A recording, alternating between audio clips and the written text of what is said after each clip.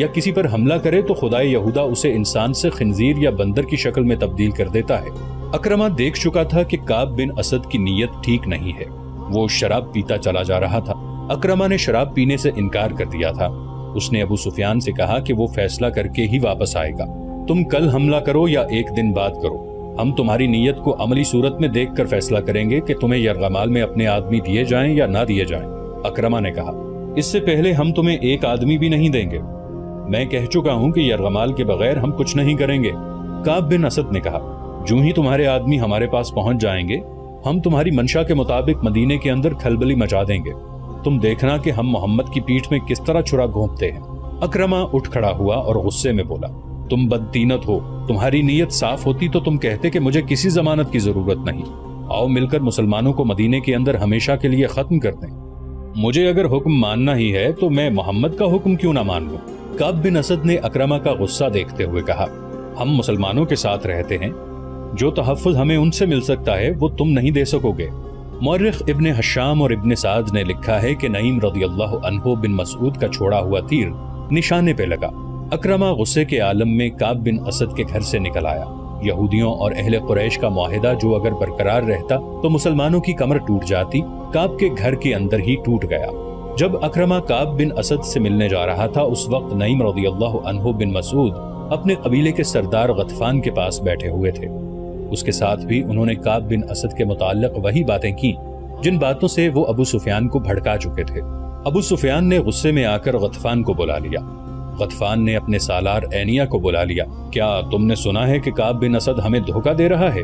غطفان نے اینیا سے کہا، وہ ہم سے یرغمال میں رکھنے کے لیے سرکردہ افراد مانگتا ہے، کیا یہ ہماری توہین نہیں؟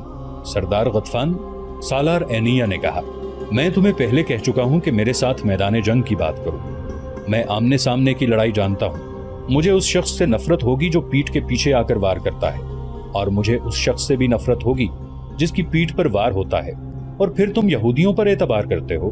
اگر کعب بن اسد کہے گا کہ مجھے اپنے قبیلے کا سردار غطفان یرغمال میں دے دو تو کیا میں تمہیں اس کے حوالے کر دوں گا؟ میں اس شخص کا سر اڑا دوں گا جو ایسا مطالبہ کرے گا۔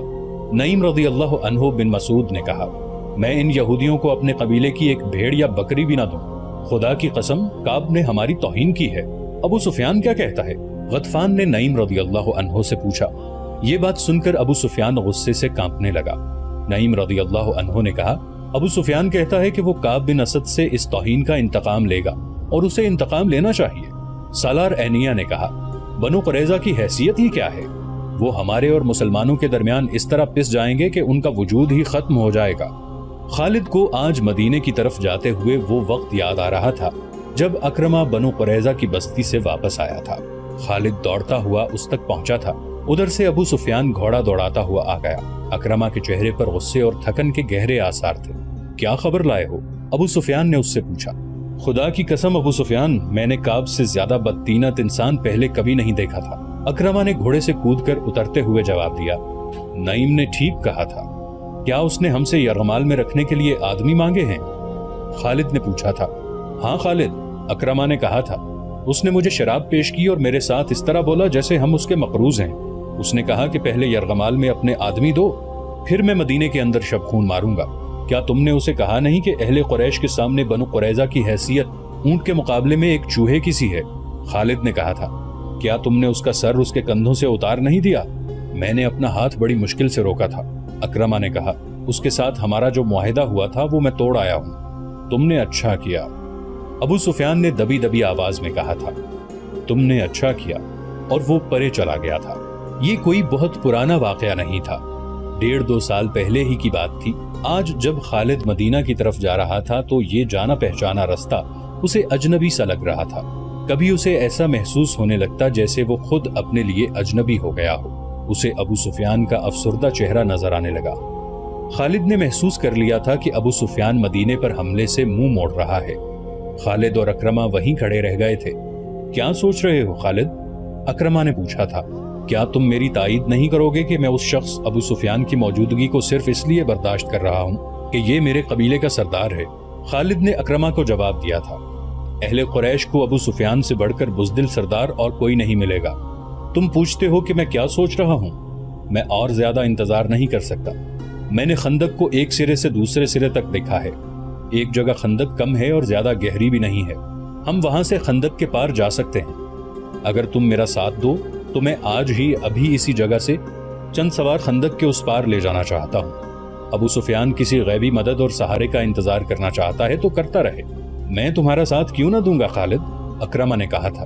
کیا میں مسلمانوں کے ان کہکہوں کو برداشت کر سکوں گا جو اس وقت بلند ہوں گے جب ہم یہاں سے لڑے بغیر واپس چلے جائیں گے؟ چلو میں تمہارے ساتھ ہوں۔ وہ جگہ زباب کی پہاڑی کے مغرب اور سلا کی پہاڑی کے مشرق میں تھی، جہاں خندق کی چوڑائی اتنی تھی کہ گھوڑا اسے پھلانگ سکتا تھا۔ ضرورت شہ سوار کی تھی، پیادے خندق میں اتر کر اوپر چڑھ سکتے تھے۔ اسی جگہ کے قریب تقریباً سامنے مسلمانوں کی خیمہ گاہ تھی۔ خالد نے اکرمہ کو یہ جگہ دور سے دکھائی۔ پہلے میرے سوار خندق پھلانگیں گے، اکرمہ نے کہا، لیکن ابھی ہم تمام کا تمام سوار دستہ نہیں گزاریں گے۔ پار جا کر مسلمانوں کو ایک ایک سوار کے مقابلے کے لیے للکاریں گے، وہ اس رواج کی خلاف ورزی نہیں کریں گے۔ میرے ساتھ آؤ خالد، میں اپنے منتخب سوار آگے لاؤں گا، تم ابھی خندق کے پاس نہ جانا۔ اگر ہم دونوں مارے گئے تو اہل قریش کو سوائے ذلت کے اور کچھ نہ ملے گا۔ ابو سفیان کا دل محاصرے سے اٹھ چکا ہے، وہ لڑنے کے جذبے کو سرد کر چکا ہے۔ وہ مقام جہاں خندق گھوڑے کی لمبی چھلانگ سے پھلانگی جا سکتی تھی، ایسی اوٹ میں تھا جسے گشتی سنتری قریب آ کر ہی دیکھ سکتے تھے۔ اکرمہ نے 7 سوار منتخب کر لیے تھے، ان میں ایک قوی ہیکل بلکہ دیو قامت شخص عمرو بن عبدو بھی تھا، جس کی دھاک اس کی جسامت کی بدولت دور دور تک پھیلی ہوئی تھی۔ اکرمہ ان 7 سواروں کو مقررہ مقام سے کچھ دور تک اس اندازے سے لے گیا جیسے گھوڑوں کو ٹہلائی کے لیے لے جا رہا ہو۔ مسلمانوں کے سنتریوں کو ان پر شک نہ ہوا۔ سب سے پہلے میں خندق پھلانگوں گا، اکرمہ نے چلتے چلتے اپنے 7 سواروں سے کہا۔ کیا یہ ٹھیک نہیں ہوگا کہ سب سے پہلے میرا گھوڑا خندق کو پھلانگے؟ عمرو بن عبدو نے کہا۔ نہیں عمرو، اکرمہ نے کہا، پہلے میں جاؤں گا۔ اگر میرا گھوڑا خندق میں گر پڑا تو تم خندق پھلانگنے کی کوشش نہ کرنا، تمہارا سالار اپنی جان کی قربانی دے گا۔ یہ کہہ کر اکرمہ نے گھوڑے کی باگ کو جھٹکا دیا۔ گھوڑے کا رخ خندق کی طرف ہوا تو اکرمہ نے ایڑ لگا دی۔ عربی نسل کا گھوڑا ہوا سے باتیں کرنے لگا۔ اکرمہ نے لگام اور ڈھیلی کر دی اور گھوڑے کو پھر ایڑ لگائی۔ گھوڑے کی لگام اور تیز ہو گئی۔ خندق کے کنارے پر جا کر اکرمہ گھوڑے کی پیٹھ سے اٹھا اور آگے کو جھک گیا۔ گھوڑا ہوا میں بلند ہو گیا۔ خالد کچھ دور کھڑا دیکھ رہا تھا۔ قبیلہ قریش کے بہت سے لشکری دیکھ رہے تھے، زمین و آسمان دیکھ رہے تھے، تاریخ دیکھ رہی تھی۔ گھوڑے کے اگلے پاؤں خندق کے دوسرے کنارے سے کچھ آگے اور پچھلے پاؤں عین کنارے پر لگے۔ گھوڑا رفتار کے زور پر آگے چلا گیا۔ اس کی اگلی ٹانگیں دوہری ہو گئیں، اس کا منہ زمین سے لگا۔ اکرمہ گرتے گرتے بچا۔ گھوڑا بھی سنبھل گیا اور اکرمہ بھی۔ اسے اپنے پیچھے للکار سنائی دی، آگے نکل جاؤ اکرمہ۔ اکرمہ نے پیچھے دیکھا، عمرو بن عبدو کا گھوڑا ہوا میں اڑا آ رہا تھا۔ عمرو رکابوں پر کھڑا آگے کو جھکا ہوا تھا۔ کسی کو توقع نہیں تھی کہ اتنے وزنی سوار کے نیچے گھوڑا خندق پھلانگ جائے گا، لیکن گھوڑا اسی جگہ جا پڑا جہاں اکرمہ کا گھوڑا گرا تھا۔ عمرو کے گھوڑے کی ٹانگیں ایسی دوہری ہوئیں کہ منہ کے بل گرا اور ایک پہلو پر لڑک گیا۔ عمرو گھوڑے کی پیٹھ سے لڑک کر قلع بازیاں کھاتا گیا۔ ایک لمحے میں گھوڑا اٹھ کھڑا ہوا۔ ادھر عمرو اٹھا اور پلک جھپکتے میں گھوڑے پر سوار ہو گیا۔ اس کے پیچھے اکرمہ کے 2 سوار اکٹھے چلے آ رہے تھے۔ خندق کے کنارے پر آ کے دونوں سواروں نے اپنے گھوڑوں کی پیٹھیں خالی کر دی تھیں اور ان کی گردنوں پر جھکے ہوئے تھے۔ دونوں گھوڑے خندق پھلانگ آئے۔ اہل قریش کے لشکر نے داد و تحسین کے نعرے لگائے۔ اس شور سے مسلمان پہرے دار دوڑے آئے۔ اتنے میں اکرمہ کے 2 اور گھوڑے اپنے سواروں کو اٹھائے خندق کے کنارے سے ہوا میں اٹھے۔ ان کے پیچھے 7 میں سے باقی سواروں نے بھی اپنے گھوڑوں کو ایڑ لگا دی۔ تمام گھوڑے خندق پھلانگ آئے۔ ٹھہر جاؤ، اکرمہ نے مسلمان سنتریوں کو بلند آواز میں کہا۔ کوئی اور گھوڑا خندق کے اس طرف نہیں آئے گا۔ محمد کو بلاؤ، تم میں سے جو سب سے زیادہ بہادر ہے اسے لاؤ۔ وہ میرے ایک آدمی کا مقابلہ کر کے گرا لے تو ہم سب کو قتل کر دینا۔ خدا کی قسم، ہم تمہارا خون اس ریت پر چھڑک کر واپس چلے جائیں گے۔ مسلمانوں کی اجتماع گاہ میں کھلبلی بپا ہو چکی تھی۔ ایک شور تھا، قریش اور غطفان نے خندق عبور کر لی ہے۔ مسلمانوں، تمہارے امتحان کا وقت آ گیا ہے۔ ہوشیار، خبردار، دشمن آ گیا ہے۔ رسول اللہ صلی اللہ علیہ وآلہ وسلم نے مسلمانوں کو بے قابو نہ ہونے دیا۔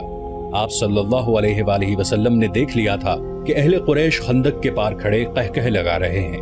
وہ مسلمانوں کا مذاق بھی اڑا رہے تھے، پھپتیاں بھی کس رہے تھے۔ رسول کریم صلی اللہ علیہ وآلہ وسلم اس جگہ پہنچے جہاں اکرمہ اور اس کے سوار کھڑے للکار رہے تھے۔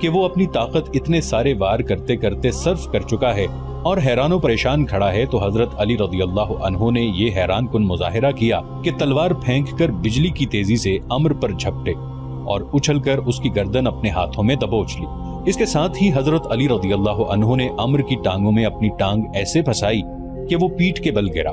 اس نے اپنی گردن چھڑانے کے لیے بہت زور لگایا، لیکن اس کی گردن حضرت علی رضی اللہ عنہ کی آہنی گرفت سے آزاد نہ ہو سکی۔ حضرت علی رضی اللہ عنہ نے اس کی گردن سے ایک ہاتھ ہٹا کر کمر بند سے خنجر نکالا اور اس کی نوک عمرو کی شہرگ پر رکھ دی۔ اب بھی میرے اللہ کے رسول صلی اللہ علیہ وآلہ وسلم پر ایمان لیا تو میں تیری جان بخشی کر دوں گا، حضرت علی رضی اللہ عنہ نے کہا۔ عمرو بن عبدو نے جب دیکھا کہ اس کی وہ طاقت جس سے اہل عرب لرزتے تھے بیکار ہو گئی ہے، تو اس نے یہ اوچھی حرکت کی کہ حضرت علی رضی اللہ عنہ کے منہ پر تھوک دیا۔ دیکھنے والے ایک بار پھر حیران رہ گئے، کیونکہ حضرت علی رضی اللہ عنہ خنجر سے اس کی شہرگ کاٹ دینے کی بجائے اٹھ کھڑے ہوئے تھے۔ انہوں نے خنجر کمر بند میں اڑس لیا اور ہاتھوں سے اپنا چہرہ صاف کیا۔ عمرو اب اس طرح اٹھا جیسے اس کے جسم کی طاقت ختم ہو چکی ہو۔ صرف اسے ہی نہیں، ہر کسی کو توقع تھی کہ حضرت علی رضی اللہ عنہ اسے زندہ نہیں اٹھنے دیں گے، لیکن حضرت علی رضی اللہ عنہ بڑے آرام سے پیچھے ہٹے۔ عمرو، حضرت علی رضی اللہ عنہ نے کہا، میں نے اللہ کے نام پر تیرے ساتھ زندگی اور موت کا مقابلہ کیا ہے، لیکن تو نے میرے منہ پر تھوک کر میرے دل میں ذاتی دشمنی پیدا کر دی ہے۔ میں تجھے ذاتی دشمنی کی بنا پر قتل نہیں کروں گا، کہیں ایسا نہ ہو کہ میرے خدا کو میرا یہ انتقام اچھا نہ لگے۔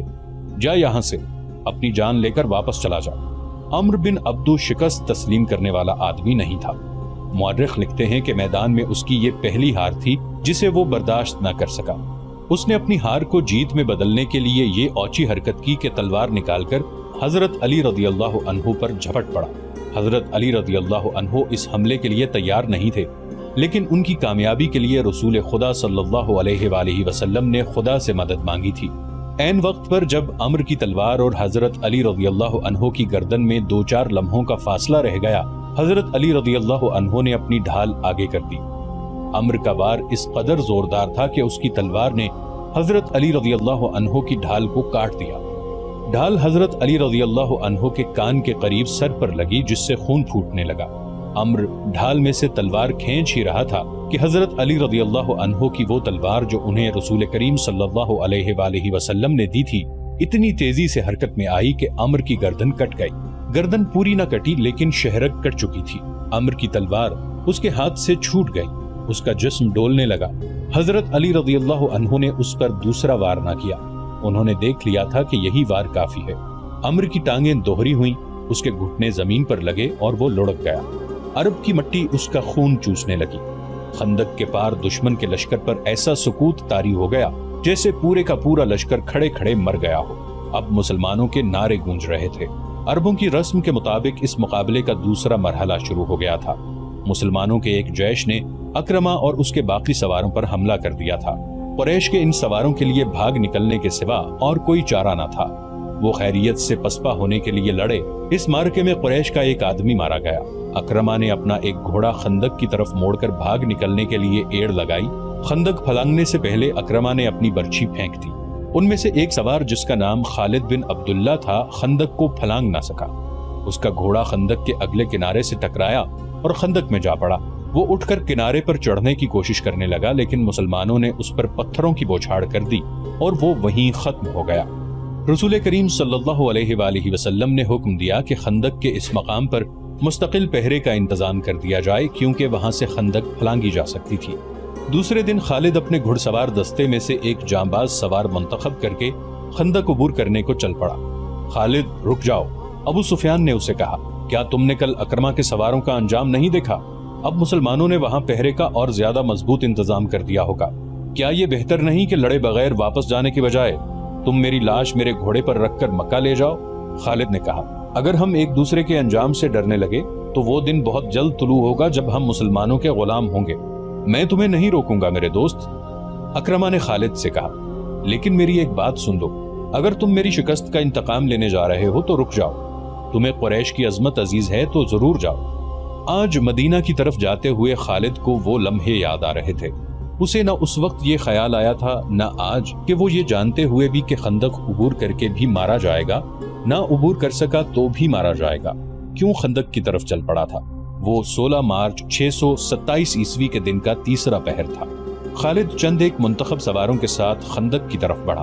اس نے خندق پھلانگنے کے لیے کچھ فاصلے سے اپنے گھوڑے کو ایڑ لگائی، مگر اس مقام کے پہرے پر جو مسلمان کہیں چھپے بیٹھے تھے انہوں نے تیروں کا می برسا دیا۔ خالد نے لگام کو پوری طاقت سے کھینچا اور اس کا گھوڑا خندق کے عین کنارے پر جا رکا۔ خالد نے گھوڑے کو پیچھے موڑا اور اپنے تیر اندازوں کو بلایا۔ اس نے سوچا تھا کہ اس کے تیر انداز مسلمانوں پر تیر پھینکتے چلے جائیں گے جس سے مسلمان سر نہیں اٹھا سکیں گے اور وہ خندق پھلانگ لے گا، لیکن مسلمانوں نے تیر اندازی میں اضافہ کر دیا۔ مسلمان تیروں کی بوچھاڑوں میں تیر چلا رہے تھے۔ خالد کو پسپا ہونا پڑا۔ خالد اس انداز سے اپنے سواروں کو وہاں سے ہٹا کر دوسری طرف چل پڑا جیسے اس نے خندق پر ایک اور حملہ کرنے کا ارادہ ترک کر دیا ہو۔ مورخین جن میں ابن حشام اور ابن سعد قابل ذکر ہیں لکھتے ہیں کہ یہ خالد کی ایک چال تھی۔ اس نے چلتے چلتے اپنے سوار جیش میں مزید سوار شامل کر لیے۔ اس نے سوچا یہ تھا کہ اسے پسپا ہوتے دیکھ کر مسلمان پہرے دار ادھر ادھر ہو جائیں گے۔ اس نے ادھر دیکھا، وہاں اسے کوئی پہرے دار نظر نہ آیا۔ اس نے اپنے دستے کو خندق کے کم چوڑائی والے مقام کی طرف موڑ کر سرپٹ دوڑا دیا۔ خالد کی یہ چال صرف اس حد تک کامیاب رہی کہ اس کے 3-4 گھڑ سوار خندق پھلانگ گئے۔ ان میں خالد سب سے آگے تھا۔ مسلمان پہرے داروں نے انہیں گھیرے میں لے لیا۔ قریش کے جو سوار ابھی خندق کے پاس تھے ان پر مسلمانوں نے اتنے تیر برسائے کہ انہیں پسپا ہونا پڑا۔ خالد اور اس کے سواروں کے لیے مسلمانوں کے گھیرے سے نکلنا بہت مشکل ہو گیا۔ یہ زندگی اور موت کا معرکہ تھا جو خالد نے گھوڑا دوڑا کر اور پینترے بدل بدل کر لڑا۔ اس کے سوار بھی تجربہ کار تھے اور پھرتیلے تھے۔ ان میں سے ایک مارا گیا۔ خالد اب دفاعی معرکہ لڑ رہا تھا۔ اس نے کئی مسلمانوں کو زخمی کیا جن میں سے ایک شہید ہو گیا۔ آخر اسے نکلنے کا موقع مل گیا اور اس کا گھوڑا خندق کو پھلانگ آیا۔ اس کے جو سوار زندہ رہ گئے تھے وہ بھی خندق پھلانگ آئے۔ اس کے بعد قریش میں سے کسی نے بھی خندق کے پار جانے کی جرت نہ کی۔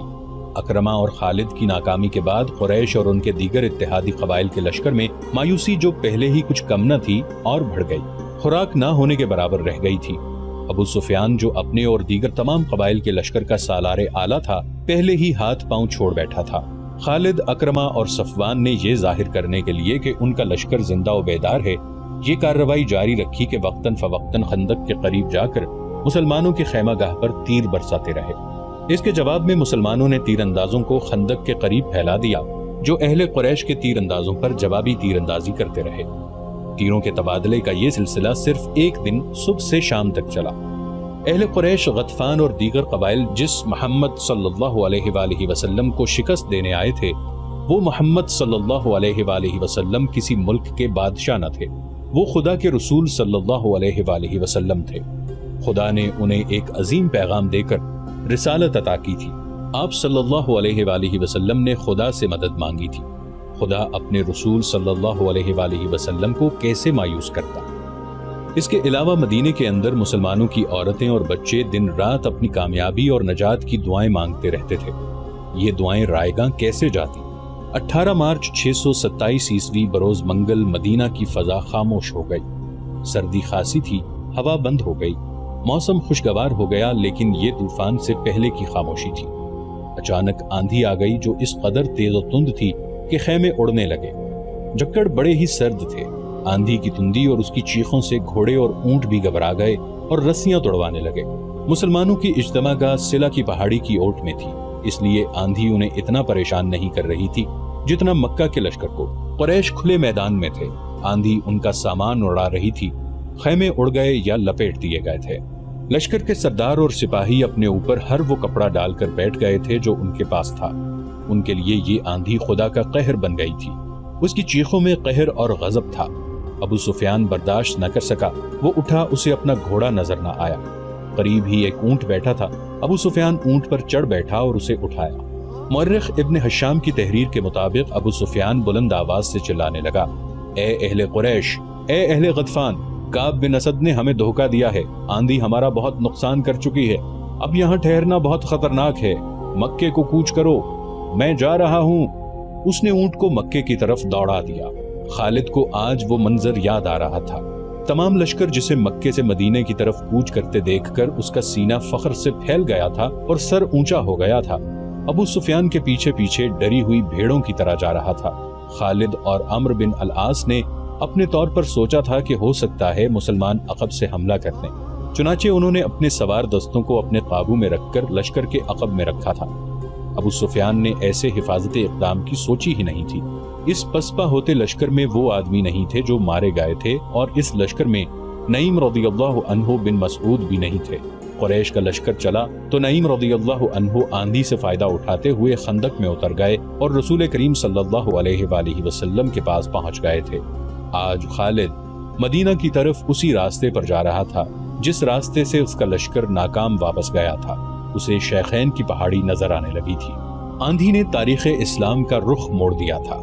آندھی نے یہ حقیقت واضح کر دی تھی کہ خدا حق پرستوں کے ساتھ ہوتا ہے۔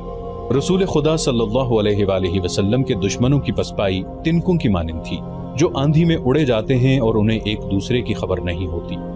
خالد کو یہ پریشانی لاحق تھی کہ مسلمان تعاقب کریں گے، لیکن مسلمانوں نے تعاقب کی سوچی ہی نہ تھی۔ اس آندھی میں تعاقب اور لڑائی مسلمانوں کے خلاف بھی جا سکتی تھی۔ جس دشمن کو خدا نے بھگا دیا تھا اس کے پیچھے جانا دانش مندی نہیں تھی۔ البتہ رسول کریم صلی اللہ علیہ وآلہ وسلم کے حکم سے چند ایک آدمیوں کو بلندیوں پر کھڑا کر دیا گیا تھا کہ وہ دشمن پر نظر رکھیں، ایسا نہ ہو کہ دشمن کہیں دور جا کر رک جائے اور منظم ہو کر واپس آ جائے۔ آندھی اتنی مٹی اور ریت اڑا رہی تھی کہ دور دور تک بھی کچھ نظر نہیں آتا تھا۔ بہت دیر بعد 3-4 مسلمان گھڑ سوار اس جگہ سے خندق پھلانگ گئے جہاں سے اکرمہ اور خالد کے گھوڑوں نے خندق پھلانگی تھی۔ وہ دور تک چلے گئے، انہیں اڑتی ہوئی گرد اور ریت کے سوا کچھ بھی نظر نہ آیا۔ وہ رک گئے لیکن واپس نہ آئے۔ شام سے کچھ دیر پہلے آندھی کا زور ٹوٹ گیا اور جھکڑ تھم گئے۔ فضا صاف ہو گئی اور نظر دور تک کام کرنے لگی۔ دور افق پر زمین سے گرد کے بادل اٹھ رہے تھے۔ وہ اہل قریش اور ان کے اتحادی قبائل کی پسپائی کی گرد تھی جو ڈوبتے سورج کی آخری کرنوں میں بڑی صاف نظر آ رہی تھی۔ یہ گرد مکہ کو جا رہی تھی۔ تعاقب میں جانے والے مسلمان سوار اس وقت واپس آئے جب رات بہت گہری ہو چکی تھی۔ خدا کی قسم، انہوں نے واپس آ کر بتایا، وہ جو ہمارے عقیدے کو توڑنے اور مدینے کی اینٹ سے اینٹ بجانے آئے تھے، وہ مدینے سے اتنی دہشت لے کر آئے ہیں کہ رک نہیں رہے، کہیں پڑاؤ نہیں کر رہے۔ کیا راتوں کو مسافر پڑاؤ نہیں کیا کرتے؟ کیا لشکر راتوں کو بھی چلتے رہتے ہیں؟ وہی چلتے رہتے ہیں جو منزل تک بہت جلدی پہنچنا چاہتے ہوں۔ احادیث اور مورخوں کی تحریروں کے مطابق رسول کریم صلی اللہ علیہ وآلہ وسلم کو جب یقین ہو گیا کہ دشمن گھبراہٹ کے عالم میں بھاگا ہے اور ایسا امکان ختم ہو چکا ہے کہ وہ منظم ہو کر واپس آ جائے گا، تب آپ صلی اللہ علیہ وآلہ وسلم نے کمر سے تلوار کھولی، خنجر اتار کر رکھ دیا اور اللہ کا شکر ادا کر کے غسل کیا۔ اس رات کی کوکھ سے جس صبح نے جنم لیا وہ مدینے والوں کے لیے فتح و نصرت اور مسرت و شادمانی کی صبح تھی۔ ہر طرف اللہ اکبر اور خوشیوں کے نعرے تھے۔ سب سے زیادہ خوشی عورتیں اور بچے منا رہے تھے جنہیں چھوٹے چھوٹے قلعوں میں بند کر دیا گیا تھا۔ وہ خوشی سے چیختے چلاتے باہر نکلے۔ مدینے کی گلیوں میں مسلمان بہت مسرور پھر رہے تھے۔ فتح کے اس جشن میں بنو قریظہ کے یہودی بھی شامل تھے۔ رسول کریم صلی اللہ علیہ وآلہ وسلم نے انہیں امن و امان میں رہنے کے عوض کچھ مراعات دی تھی۔ ظاہری طور پر وہ مسلمانوں کو اپنا دوست کہتے اور دوستوں کی طرح رہتے تھے۔ اہل قریش کی پسپائی پر وہ مسلمانوں کی طرح خوشیاں منا رہے تھے، لیکن ان کا سردار کعب بن اسد اپنے قلعے نما مکان میں بیٹھا تھا۔ اس کے پاس اپنے قبیلے کے 3 سرکردہ یہودی بیٹھے تھے اور اس وقت کی غیر معمولی طور پر حسین یہودن یوحاوا بھی وہاں موجود تھی۔ وہ گزشتہ شام اہل قریش کی پسپائی کی خبر سن کر آئی تھی۔ کیا یہ اچھا نہیں ہوا کہ ہم نے مسلمانوں پر حملے نہیں کیے؟ کعب بن اسد نے کہا۔ مجھے نعیم بن مسعود نے اچھا مشورہ دیا تھا۔ اس نے کہا تھا کہ قریش سے معاہدے کی ضمانت کے طور پر چند آدمی یرغمال کے لیے مانگو۔ اس نے یہ بھی کہا تھا کہ قریش اس سے دگنا لشکر لے آئیں تو بھی خندق عبور نہیں کر سکتے۔ میں نے نعیم کا مشورہ اس لیے قبول کر لیا تھا کہ وہ اہل قریش میں سے ہے۔ وہ اہل قریش میں سے نہیں، ایک یہودی نے کہا، وہ محمد کے پیروکاروں میں سے ہے۔ خدائے یہودا کی قسم، تمہاری یہ بات سچ نہیں ہو سکتی۔ کعب بن اسد نے کہا، وہ اہل قریش کے ساتھ آیا تھا مگر ان کے ساتھ گیا نہیں۔ اسی یہودی نے کہا، میں نے کل شام اسے مدینے میں مسلمانوں کے ساتھ دیکھا ہے۔ اس وقت تک اہل قریش کا لشکر مدینہ سے بہت دور جا چکا تھا۔ پھر تمہیں کس نے بتایا ہے کہ وہ محمد کے پیروکاروں میں سے ہے؟ کعب نے کہا، میں ایسی بات کو کیوں مانوں جو تم نے کسی سے پوچھا نہیں؟ میں نے اپنے ایک مسلمان دوست سے پوچھا تھا۔ یہودی نے کہا، میں نے نعیم کو دیکھ کر کہا تھا مسلمان اب قریش کے جنگی یاروں کو کھلا رکھتے ہیں۔ میرے دوست نے جواب دیا کہ نعیم کبھی کا اسلام قبول کر چکا ہے، اسے مدینے میں آنے کا موقع اب ملا ہے۔ پھر اس نے ہمیں مسلمانوں سے نہیں بلکہ مسلمانوں کو ہم سے بچایا ہے۔ کعب بن اسد نے کہا، اس نے جو کچھ بھی کیا ہے ہمارے لیے اچھا ثابت ہوا ہے۔ اگر ہم قریش کی بات مان لیتے تو مسلمان ہمارے دشمن ہو جاتے۔ ایک اور یہودی نے کہا، تم یہی کہنا چاہتے ہو نا کعب؟ مسلمان پھر بھی ہمارے دشمن ہیں۔ ہمیں محمد صلی اللہ علیہ وآلہ وسلم کے نئے مذہب کو یہیں پر ختم کرنا ہے، ورنہ وہ ہمیں ختم کرا دیں گے۔ کیا تم دیکھ نہیں رہے کہ یہ مذہب جسے یہ لوگ اسلام کہتے ہیں کتنی تیزی سے مقبول ہوتا جا رہا ہے؟ جی دوستو، تو آپ نے دیکھی آج یہ بہت ہی خوبصورت سی ویڈیو اور آپ کو پسند آئی ہوگی، اور سبسکرائب کرنا نہ بھولیں۔ ملتے ہیں نیکسٹ ویڈیو میں، تب تک مجھے اجازت دیجیے۔ اللہ حافظ۔